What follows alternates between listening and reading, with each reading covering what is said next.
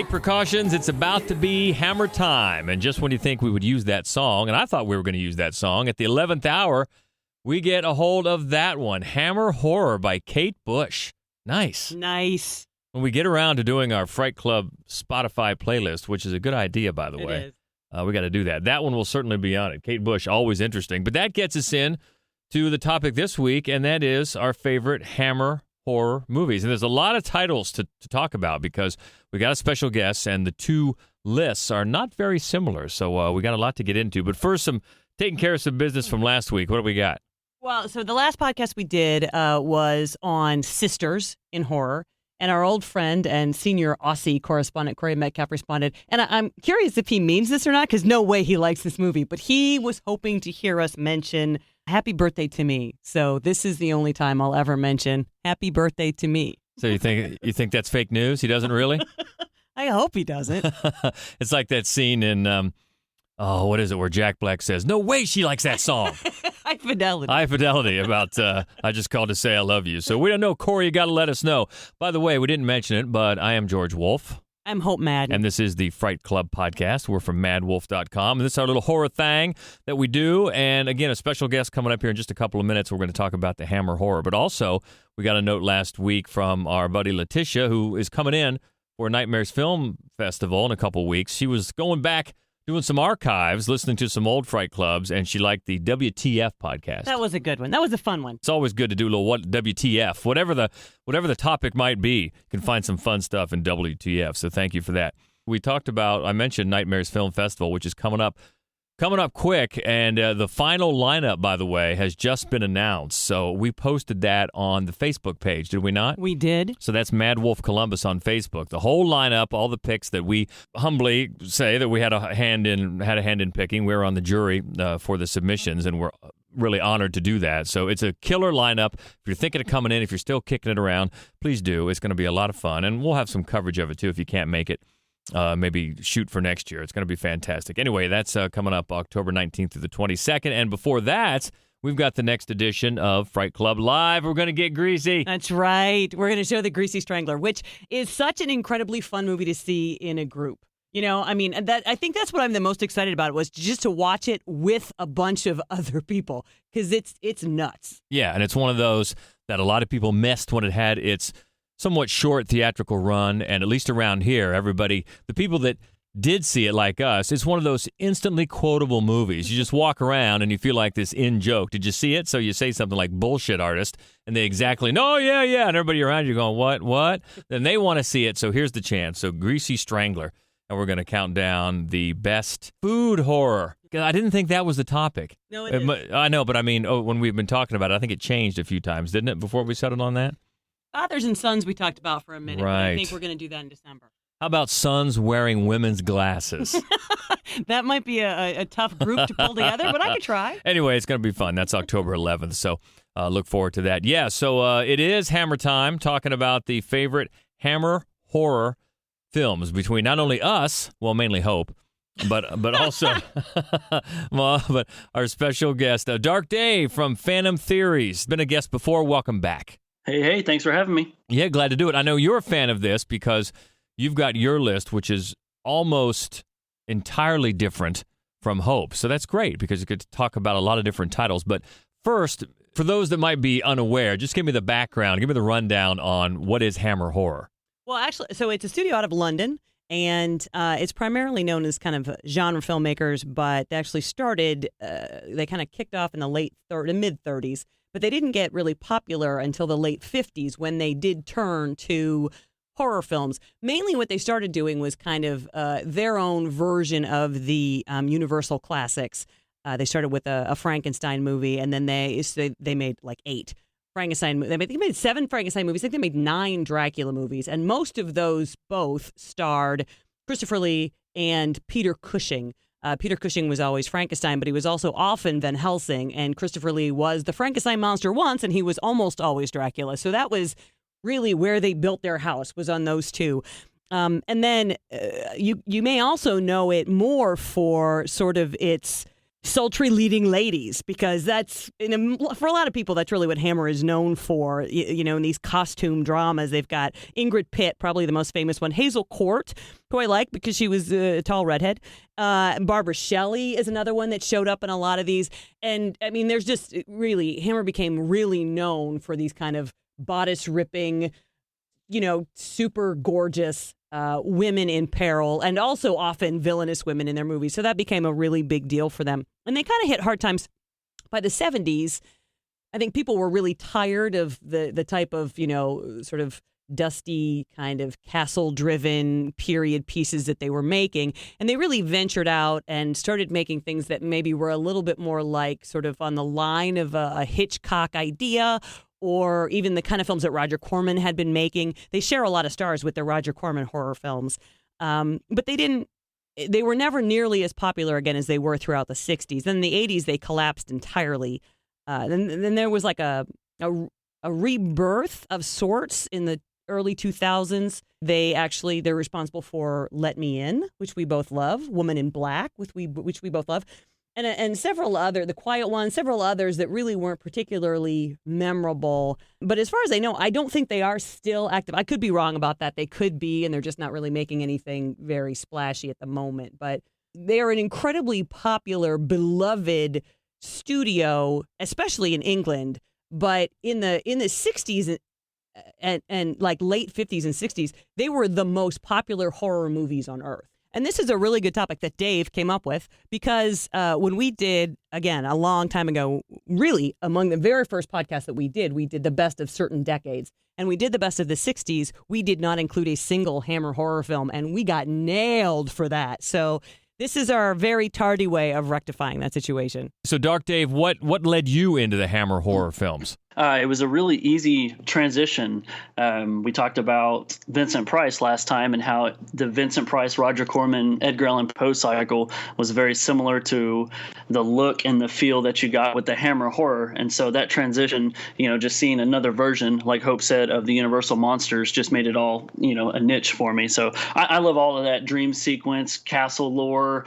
Like Hope just said, Hazel Court, she did some stuff with Vincent Price as well. So it was really cool just to see some of those actors and actresses bounce back and forth, and then the imagination they brought to the screen. Well, the one thing that sticks out for me in watching at least a little bit of a lot of these is that Christopher Lee was very tall.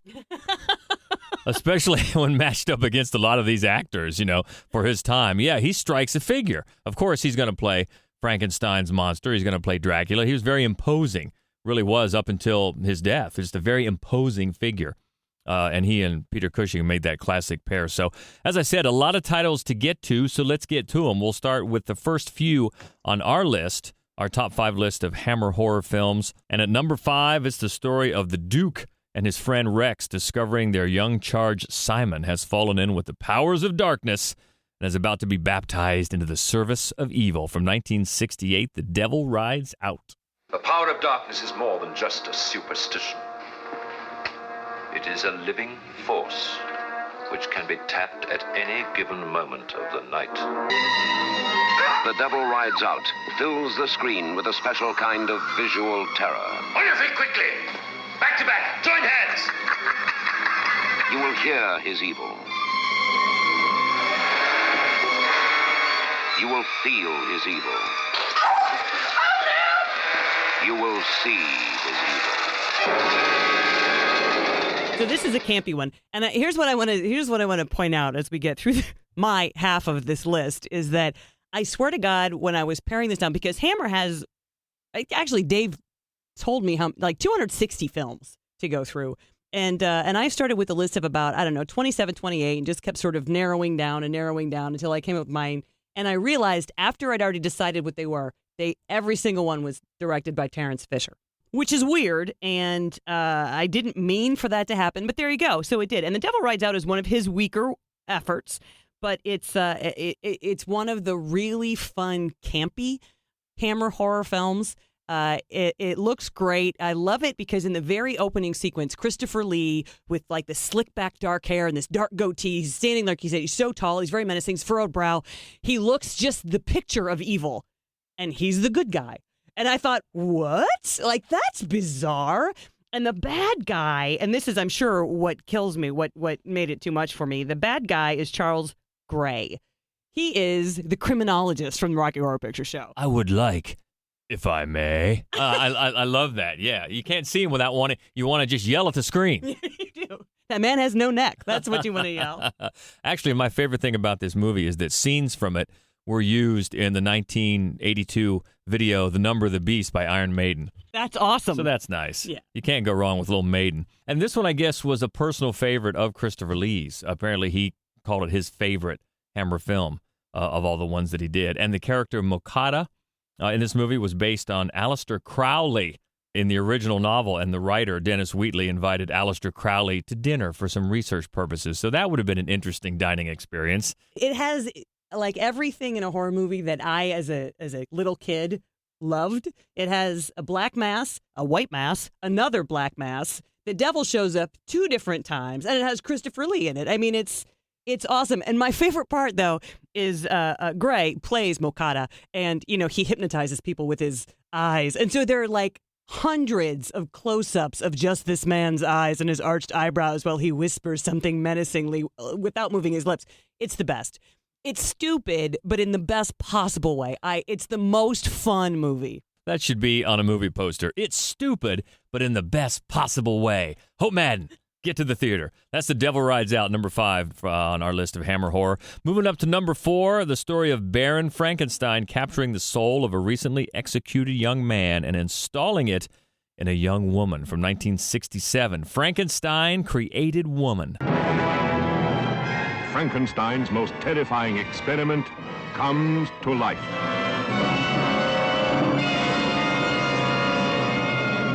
Frankenstein created woman. Who am I? What is it for?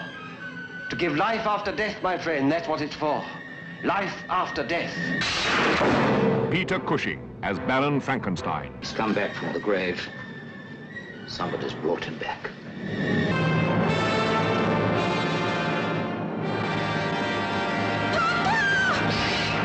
By this time, we're about halfway through the Frankenstein cycle, and this is a weird film. But Peter Cushing is so great as Dr. Frankenstein, Baron Frankenstein in the Hammer ones, because he doesn't care.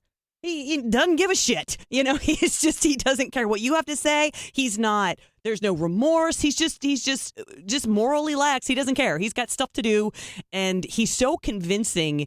And in so many of his other roles, he's this just prim sort of, especially he's Van Helsing, that it's just fun to watch him sort of just flout morality and do what he wants to do. I love him as Frankenstein. And this movie, I think I find it interesting because it's basically their version of The Bride of Frankenstein, because he's made a female. And it has a lot of the same trappings in a way, sort of this kind of concept of the ideal woman, as opposed to, of course, what the Frankenstein monster was hardly the ideal man.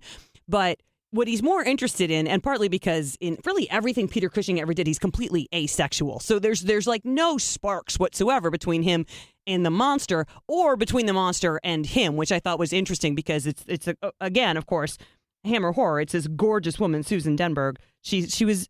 You guys are both Trek nerds. She played Magda Kovacs. Well, she was one of Harry Mudd's, Dr. Harry Mudd's women. And every Star Trek fan knows Harry Mudd. Oh, yeah, of course. But anyway, the point is that what I liked about this movie is that instead of following the regular path, they turn this woman into a murderer by putting the soul of her boyfriend in her body. And so it's really the first one, I think, of the Frankenstein movies that is so completely fixated on the concept of the human soul, which I think in the book, I think that's a very powerful concept in the book. Like, what is the soul? What are we doing with the soul? And so even though, again, this is a very campy film and goofy, I love the idea that they sort of tackle that. I really enjoyed Frankenstein Created Woman. I thought it was a cool, kind of different way to do the Frankenstein movie. It's actually one that I had got on Blu-ray, and it came with the really cool 5x7 lobby cards. So my fondest memory was that I enjoyed the film, but the lobby cards were really great. So that's number 4 on our Hammer horror list, Frankenstein Created Woman. We'll run down one more of ours before we get to Dave and what's on his list, and this is number 3 for us from 1967. Victor Frankenstein building a creature and brings it to life. Sounds familiar, but it behaves not as he intended. The Curse of Frankenstein. What are you trying to tell me, Paul? That Victor's wicked? Insane? Wicked, insane, evil. Call Frankenstein what you will. A demon had made a man-made monster. And now, the monster was the master. Paul, what are you going to do? For your sake and to protect Elizabeth, I've so far kept silent. But now I shall go to the authorities and have them destroy that creature. And see that you pay for these atrocities. No!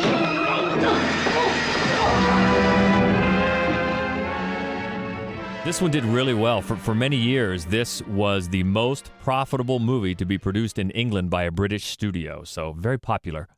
Yeah, and this, again, another Terence Fisher. It was, again, Peter Cushing as the Baron, and he's just unhinged madness, wonderful. I love him so much in this movie. And Christopher Lee plays the monster. So no way, I mean, I love Christopher Lee. He doesn't even for a second compare to Boris Karloff. He just doesn't. His monster is sort of all brute force, and he's at this sort of mangled up face, and he's got no personality, no character at all. So that's unfortunate. But Cushing more than makes up for it because he's a far sight better as the Doctor, because he's not conflicted. He doesn't give a shit. And he's really fun to watch. And I think that's one of the things, that is actually the thing I love the most about this movie, is that it's really not imparting any kind of moralistic values, which I think all other Frankenstein movies do, and most other Hammer movies do. But they just let Cushing run wild with this script, and he owns it. I remember I was shocked because when I had bought this one, I didn't realize it was going to be in black and white because all the other ones were in color, which is okay because I traditionally like black and white movies, but it threw me for a loop on that one. And honest to truth, it might be one of my least favorites of the whole Frankenstein series. Not to say anything wrong with it, but actually, I guess a lot of film historians have credited this film's success with resurrecting the horror genre, which had kind of declined in popularity from the 30s and 40s. And then this did so well, at least a lot of people think that this helped prop it back up. Well, it definitely kickstarted that franchise again. I think in the 50s, horror really turned to sci-fi with the sort of Cold War. So you had all of these, Attack of the Crab People, it's like these big, radiation monster mutants coming at you, and then people tired of it. So I think, this sort of return to more traditional horror became suddenly popular because of this film. And it did. It was, not only did it kick off the horror genre, it's the movie that turned Hammer into a horror studio. It's really their first outright horror movie. And after that, they really, for many years, were not known for anything else. They really just did genre films. So that's number 3 on our list, The Curse of Frankenstein from 1967. And before we get our number 1 and number 2, we got a lot of different ones from Dark Dave and his list. So why don't you run yours down? First, I have to start off by saying a lot of people are probably going to be mad at me, so I have to explain my reasoning.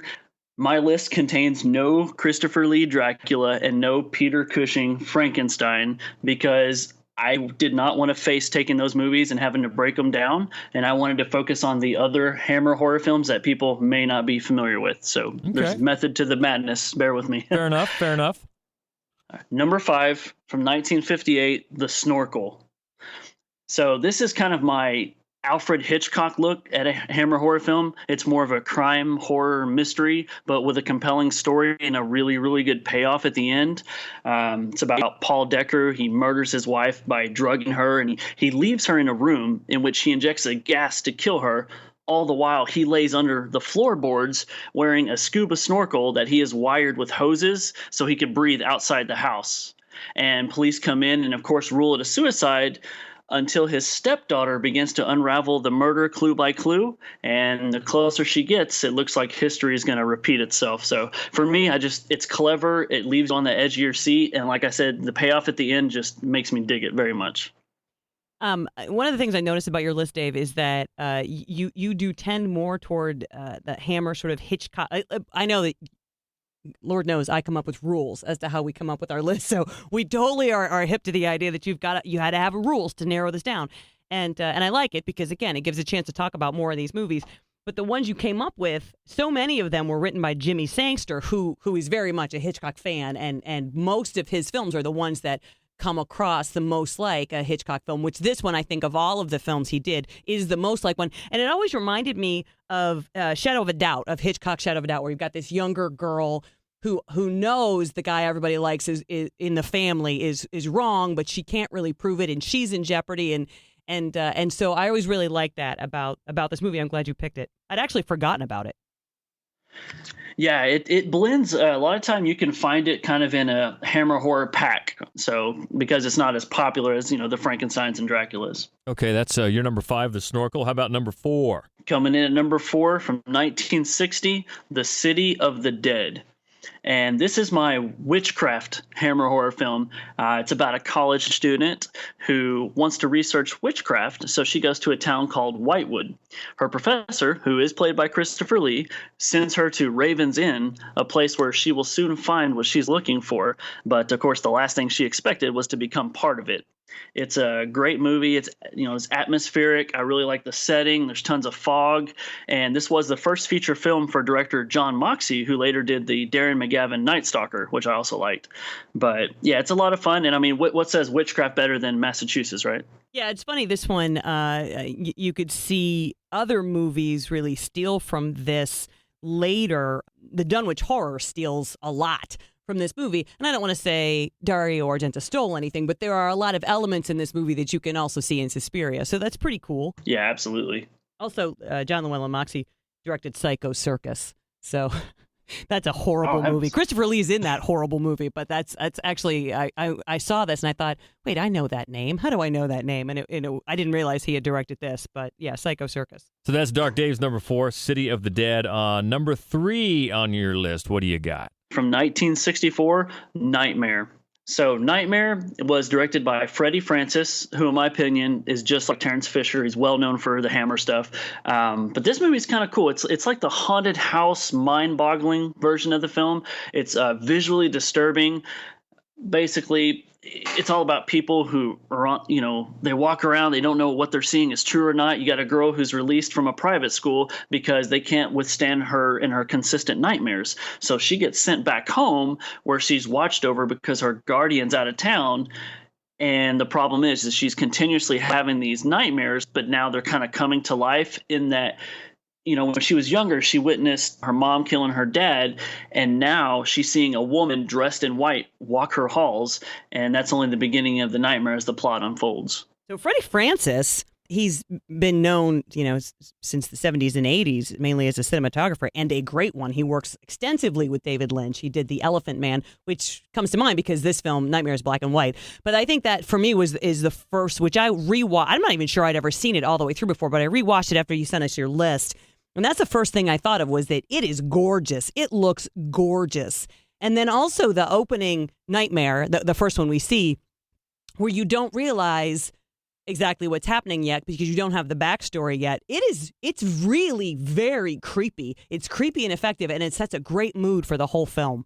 Very cool. Number 3 on Dark Dave's list, Nightmare. And one more before we go back to our list, because it just works out perfectly that way. What's your number 2? This was really tough. My 1 and 2 were almost even, but I have to have my reasons. So I bring back the director, Freddie Francis, and number 2 is Paranoid from 1963. And this one's more of my creepy, dramatic type film. A family is torn apart by the death of the Ashbys. You get a mother, father, and son. The children, who are adults, but they're left under the care of their aunt as they stay at the mansion. And, everything is clockwork until the youngest, who had supposedly jumped off a cliff and drowned, all of a sudden it shows back up and he's an adult. He's grown up. And the youngest of the bunch, Elena, she is the first to see him, and at first she thinks she's seeing things until all of a sudden he pops back up and explains that he's not dead, and now he's got to convince the family that it's really him and he's back. Oliver Reed is in this movie, and he plays Simon. Yes, we love Oliver Reed. He plays Simon, who's her brother and a brother of Tony as well. and he's not convinced. He is an alcoholic, and he doesn't believe anything that this Tony character says. He's determined to prove it at all costs. And the thing I love about Oliver Reed in this movie, he's so cocky. He's a jackass, and all he wants is his cigarettes, his brandy, and to drive his fast car. And he is a pure maniac. He is over the top. And I've been inspired to maybe get nude and bar hop. Just like he did. This might be, but for me, I mean, this film when it reaches its climax, it's very deserving, and it's a story all on its own. One of the things I love about this movie and Oliver Reed, and it's everything Oliver Reed is involved in, it just feels unseemly. He's got that quality about him, and when the brother comes back from the dead, and then the sister eventually realizes she thinks she's kind of sweet on the dead brother who's not dead now. And it just gives the whole movie this just weird quality about it. But then, Oliver Reed goes he goes completely over the top crazy as this movie progresses into its climax. And it is just nuts, but really fun and incredibly weird. Well, that's a perfect segue back to our list, because our number 2 is Dark Dave's number 1, and it's Oliver Reed back in action as a werewolf terrorizing the town on a full moon from 1961, The Curse of the Werewolf. It came from a land of brutality and evil. It came from terror and fear. The Curse of the Werewolf. The full moon that turned an innocent man into a savage beast. The Curse of the Werewolf. A man possessed by a frenzied lust to kill and kill and kill. Get away! Get away! So this is Oliver Reed's first film, and it is, as the werewolf movies go, it opens so strangely. This beggar, doesn't seem to be anything wrong with him aside from the fact that he's dirty and he's a beggar. He offends the Marquis, and so he's thrown forever into prison. And the only people he sees when he's in the dungeon is the prison guard and his beautiful mute daughter. Eventually, the Marquis makes a move on the daughter. She rebuffs him. He throws her into the same cell with this man who's been languishing in prison for years. He rapes her. Which is funny because up until that moment, you don't have any reason to dislike this guy, this poor man who's been in jail all this time. He promptly dies. And then later, when she has a baby, the baby turns out to be a werewolf. What? I just remember the whole time going, what? I don't understand how that came about exactly. But regardless, it gives you this queasying, weird, uncomfortable feeling. And then when the baby grows up, it's Oliver Reed, which makes it perfect because everything he does, again, just gives you that queasying, weird, uncomfortable feeling. And he's funny unintentionally, but he does a great job of being, he's so over the top. He so overacts in this, but it really suits the film, which is set in Spain, and it's full of dancing and gypsies. And it's just, it's lurid and really, really colorful and just a bizarre werewolf movie. What did you think, Dave? Yeah, it actually comes in at probably like number 2 on my favorite werewolf movies of all time. Of course, 1941 Wolfman being my number 1, but one I credit so high because of all the reasons you said, but I'm just really happy every time I watch it, and it never loses its worth. But speaking of worth, it's funny. The character Richard Wordsworth, he is insane in the beginning of this movie. It's so entertaining to watch him dance around and beg for food. And then it's funny that what he does is what causes, the birth of the werewolf, because it's almost like hindsight. He's grown out all this hair, like from his arms and hands, almost like he is a werewolf, but of course he isn't. And there's so many funny scenes in this film where, Oliver Reed's walking and he's like kicking the ground. He's, preppy schoolboy look going on, but then later he's a menacing, werewolf. And I love the makeup effect of the film because it's not just a headpiece. He's actually wearing like a torso piece because in the film he actually rips his shirt and you can see all the fur underneath. And, I'm a big fan of the practical effects, so I thought it was a job well done. So our number 2, Dark Dave's number 1 for Hammer Horror, The Curse of the Werewolf from 1961. That leaves just one at the top for us. And from 1958, Jonathan Harker begets The Ire of Count Dracula after he accepts a job at the vampire's castle under false pretenses. Horror of Dracula. This is the story of Dracula, a creature who destroys all whom he touches. Dracula the terrifying, the feared, who sleeps in the tombs of the dead by day and arises at night to inflict his terror upon the innocent and the unsuspecting. Those who come to end his reign of terror stay to become his victims. Dracula, the bedeviled master of all that is evil. When we did eons ago the best British horror, I believe this came in number 1. It's the first Dracula Hammer movie, and which means it's the first time that Christopher Lee played Dracula. And he did play him again another million times. And in a lot of the rest of the films, he doesn't speak ever. In several of them, he doesn't have any lines whatsoever. He does have a handful of lines in this one. And of course, he's got that great voice. But as you said earlier, it's mainly just his menacing physical presence that is so impressive in this movie, especially if you're used to somebody like Bela Lugosi, who was great, obviously, as Dracula. But he's a tiny little person.